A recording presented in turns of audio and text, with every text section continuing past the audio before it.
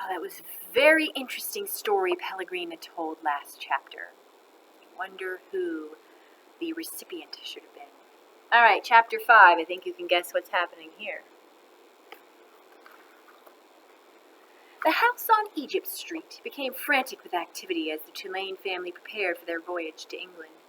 Edward possessed a small trunk, and Abilene packed it for him, filling it with his finest suits and several of his best hats and 3 pairs of shoes, all so that he might cut a fine figure in London. Before she placed each outfit in the trunk, she displayed it to him. "Do you like this shirt with this suit?" she asked him. "Or would you like to wear your black derby? You look very handsome in it. Shall we pack it?"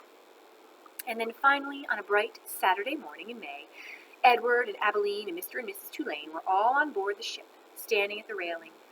Pellegrina was at the dock. On her head she wore a flappy hat strung around with flowers. She stared straight at Edward. Her dark eyes glowed.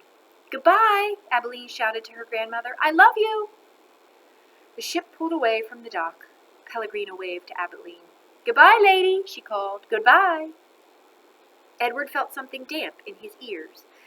Abilene's tears, he supposed. He wished that she would not hold him so tight. To be clutched so fiercely often resulted in wrinkled clothing. Finally, all the people on land, including Pellegrina, disappeared. Edward, for one, was relieved to see the last of her. As was to be expected, Edward Tulane exacted much attention on board the ship. "What a singular rabbit," said an elderly lady with 3 strings of pearls wrapped around her neck. She bent down to look more closely at Edward. "Thank you," said Abilene. Several little girls on board gave Edward deep glances full of longing. They asked Abilene if they might hold him. "No, I'm afraid that he's not the kind of rabbit who likes to be held by strangers." 2 young boys, brothers named Martin and Amos, took a particular interest in Edward. "What does he do?" Martin asked Abilene on their second day at sea. He pointed at Edward, who was sitting on a deck chair with his long legs stretched in front of him. "He doesn't do anything," said Abilene.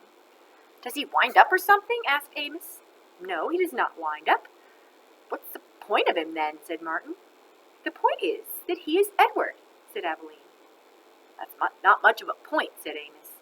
"It's not," agreed Martin, and then after a long, thoughtful pause, he said, "I wouldn't let anyone dress me like that." "Me neither," said Amos.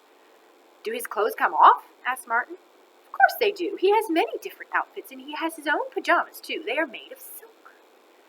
Edward, as usual, was disregarding the conversation. A breeze was blowing in off the sea, and the silk scarf wrapped around his neck billowed out behind him. On his head he wore a straw boater. The rabbit was thinking he must look quite dashing. Seems like he's pretty full of himself, doesn't it? It came as a total surprise to him when he was grabbed off the deck chair, and first his scarf, then his jacket and pants were ripped from his body. He heard his pocket watch hit the deck of the ship, and then, held upside down, he watched the watch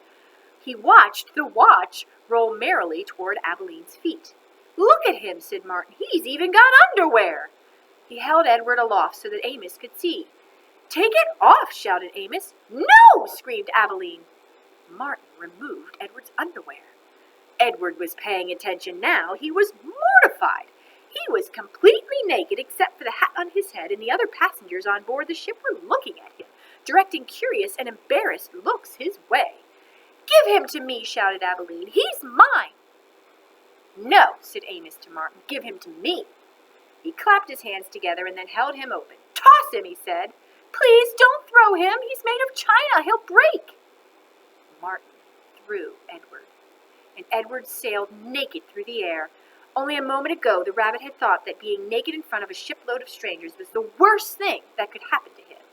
But he was wrong. It was much worse being tossed in the same naked state from the hands of one grubby, laughing boy to another. Amos caught Edward and held him up, displaying him triumphantly. "Throw him back," said Martin. Amos raised his arm, but just as he was getting ready to throw Edward, Abilene tackled him, shoving her hand into his stomach and upsetting the boy's aim. So it was that Edward did not go flying back into the dirty hands of Martin. Instead, Edward Tulane went overboard.